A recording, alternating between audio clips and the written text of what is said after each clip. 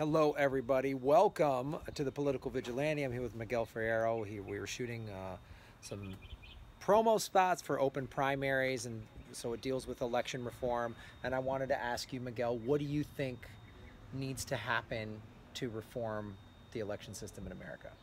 I think definitely what you guys are fighting for, open primaries, for sure, allowing independents into the process, because there was definitely a lot of people whose voices were not heard in the last elections, and it makes the whole thing seem,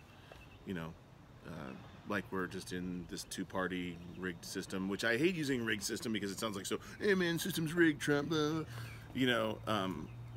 it does feel like there's, the fix is in a little bit. And it definitely felt like that, in previous elections, shall we say. So there've been some elections recently, and some of the elections seem strangely, I think what it ends up doing is it has the effect of making people feel disaffected, and that their voices aren't heard, and then it ends up turning them off even for the major parties that they might support. So, I think that it's like, a lot of times governments don't have the appearance of any sort of,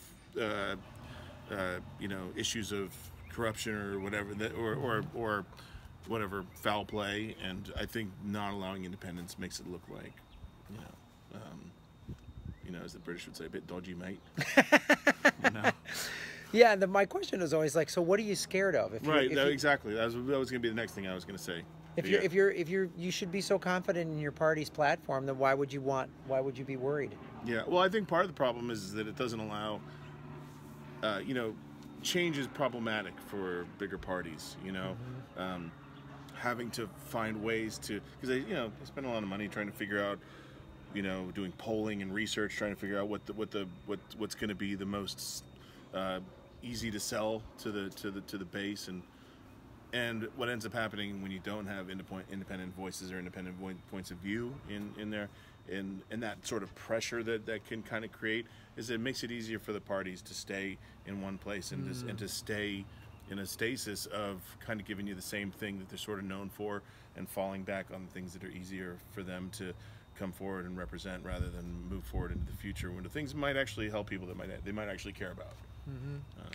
And what do you think then, with that being said, what could anybody who feels disenfranchised or is unsure but wants to do something, they feel like, I want to get involved in some capacity, but it doesn't seem like I can, or it's rigged or whatever, what would you say to them?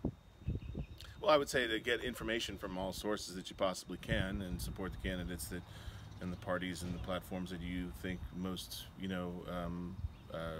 speak for your voice. Obviously getting involved in the political process in whatever way that you feel you're able to affect change and have a political voice, certainly, there's a lot of ways that people can do it. It's more than just click and share, you know what I'm saying? Right.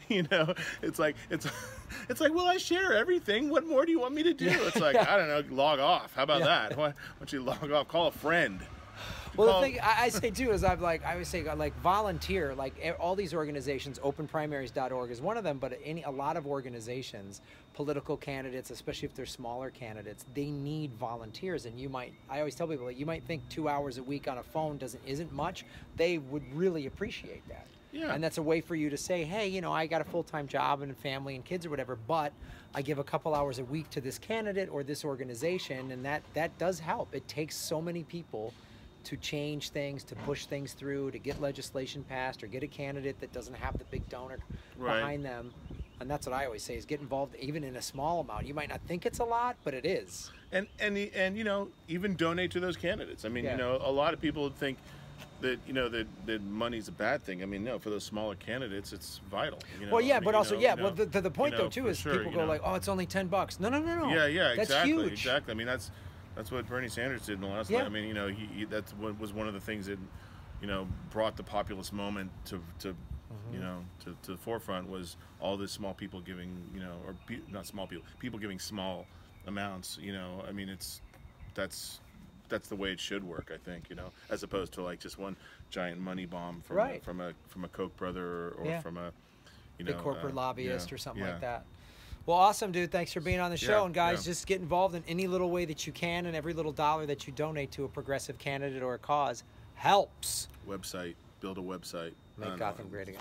He's doing it from his act. Don't make anything great anymore, okay? That's the problem. People are making too many things great. Make it shitty. Sorry. But it's pretty Make it shittier. We're trying to make it shittier. More shitty. Yeah. More no more greatness. That's the big problem. You know, I see people walking around with, oh, I'm going to say something funny, make something great. No, it's not funny. Just stop making things great. Make it, just don't even make it. That being said, just destroy things. Destroy things. Find things and destroy them. Wow. Suddenly took a weird... Skate and destroy. So, now we're getting punk rock. Ron Paul 2012!